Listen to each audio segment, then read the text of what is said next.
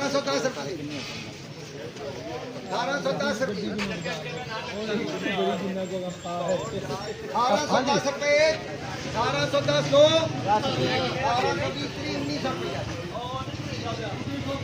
1950 रुपये फ्रेंड है 2000 रुपया फ्रेंड है 2050 रुपये